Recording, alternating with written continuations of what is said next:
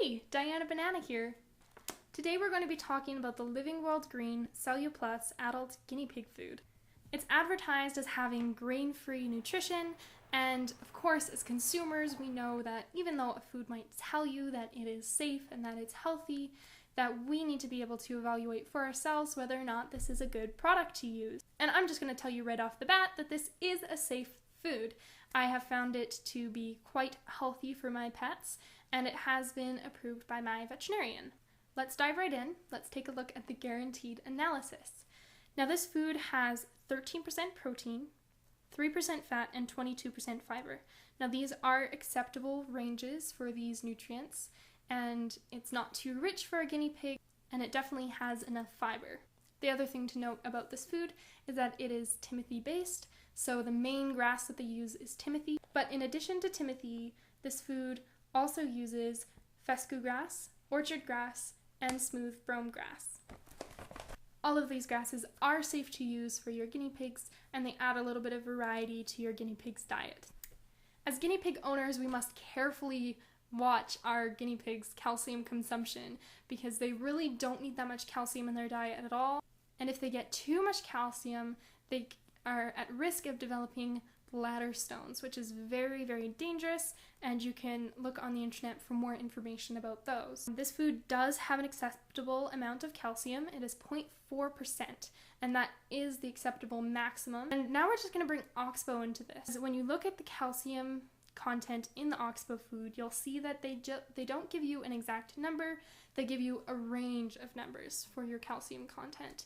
So on the Oxbow food, we have between 0.35% calcium and 0.8% calcium. Now, 0.35 is an acceptable number, 0.8 is not really an acceptable number. That is a little bit too high for our guinea pig's daily diet. The next thing I'm going to bring into this is our calcium to phosphorus ratio. To really summarize it for you guys, basically there's an interaction between phosphorus and calcium in the guinea pig's body, and the amount of phosphorus determines how much calcium will be absorbed. Now this is important because it affects how much calcium is going to be going through your guinea pig to their bladder. The ideal calcium to phosphorus ratio is 1.3 to 1. And I know that this might not make complete sense, it's kind of confusing and it takes a lot of research to fully understand it, but we are going to compare the calcium to phosphorus ratios in these two foods. Now because we have this range in calcium for the Oxbow food, we're going to have to look at two possible calcium to phosphorus ratios, and anything between those two numbers is a possibility. So our first possible calcium to phosphorus ratio in the Oxbow food is 0.14 to 1. Now this is just above the 0.3 to 1 ratio that is acceptable, so this is a fairly acceptable value to have in the guinea pig's food. However, if we look at the higher end of the calcium content and we compare that to the amount of phosphorus in this food, we come with the ratio 3.4 to 1 calcium to phosphorus. So this is extremely high, and normally you would balance this with lower calcium vegetables and other things in your guinea pig's diet. However, with the Oxbow food, we don't know for sure where in the spectrum of calcium we are. We don't know if we have 0.35% or 0.85%, so it's very difficult to balance this out. However, when we look at the Living World food, our ratio of calcium to phosphorus is 0.3 to 1, which is exactly the correct ratio that we're looking for. So pretty much you can put this in their diet and you don't have to worry about balancing it at all. You can just focus on the vegetables and what their calcium to phosphorus ratio is, and you don't even have to think about the food. Okay, so that's pretty awesome. This food has a great calcium to phosphorus ratio, and it shouldn't cause any calcium problems in your guinea pigs as long as you're feeding it in appropriate amounts. Now let's take a look at some of the ingredients. So the one questionable ingredient that popped out to me on the Living World food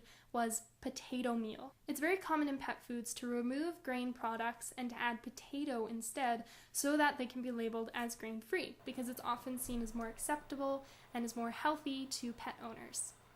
However, potato meal is pretty much the same thing as other grains because it is providing starch and it's providing protein, just like the grains would be. But it's probably in a very small amount just to help balance out the nutritional values of the food. Now the question that we have to ask ourselves is, what is worse?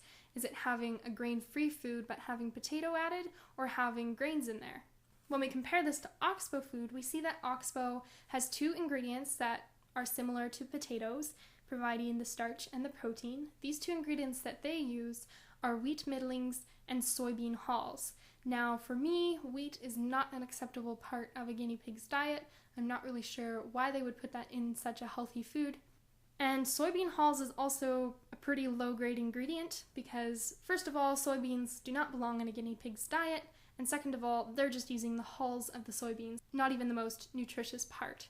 Those two ingredients do stand out to me. So for you as a consumer, that's a decision you have to make yourself, whether you'd rather go with the wheat middlings and the soybean hulls or with the potato meal.